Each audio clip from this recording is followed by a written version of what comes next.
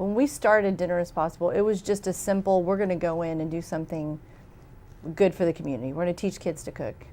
And as we started working with the students, we started realizing, wait a minute, there's an opportunity to give them some business skills.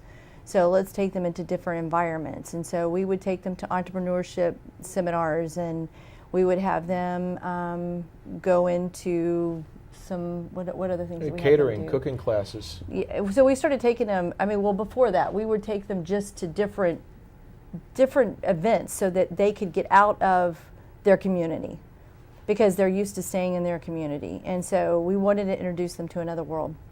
And then as we expanded there, we said, okay, well, they're going to behave, so we can actually take them on catering jobs, and we can take them into different environments to see how they'll do. So we started taking them into homes, and we would pull up in front of the homes, and a lot of the students, because they didn't know anything about this world, they would say, oh my gosh, Miss Kim, how many people live at this house?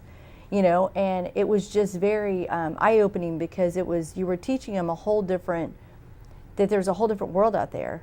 And so we've taken them to weddings. It's been amazing to watch them step up to the plate.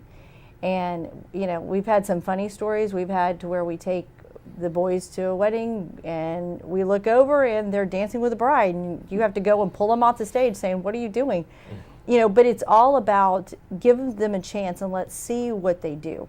And I think too many times as adults, we don't welcome that adventure. We want to keep everything in a box, and so that's kind of the idea behind it. I went to an urban outreach camp going back in 2006. We took a group of kids from one of the underserved communities of Houston, and I was just there to be a cabin leader, and just, they needed X number of adults to go with the kids.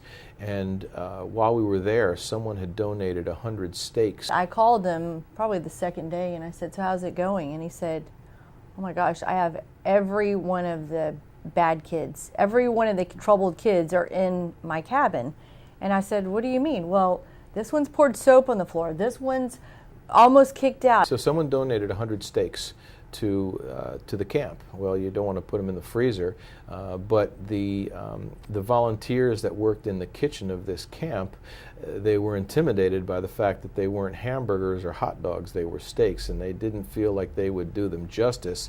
And somebody told them that I was a high volume chef, and they asked if I would do it. So I said sure. So I told my cabin of boys that I wouldn't be there the final day of activities, and but on the flip side, I'd be cooking steak for dinner instead of hamburgers. And by the time they ate them, one after another came up to me and said, Chef Tim, will you teach us how to cook them steaks? Exactly what they said to me. And I said, well, when we get back to Houston, we just need to find a kitchen, and as long as we have a kitchen and I can put 10 of you in there, yeah, sure, I'll show you. And I got a call from the Martin Luther King Community Center that they had a kitchen, and these kids are ranting and raving about some chef going to teach them how to cook steaks.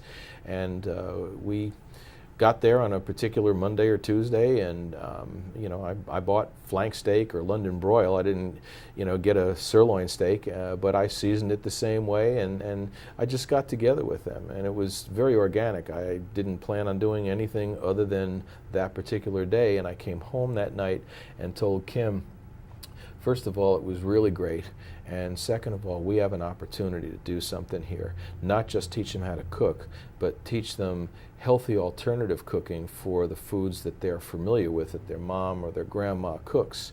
And so then I went to the drawing board, pulled up a lot of my recipes, southern soul food type of recipes, and did some ingredient changes so that they were equally as tasty but healthier. And with today's health issues, especially with youth, it's a way that we could get them to start modifying cooking as they started to cook. And then each week we had a class on Mondays, and the kids just started to open up and out of nowhere tell us something that might have gone on in their home or in school or on the streets in the neighborhood. And like I said, it was very organic that the mentoring program tied in.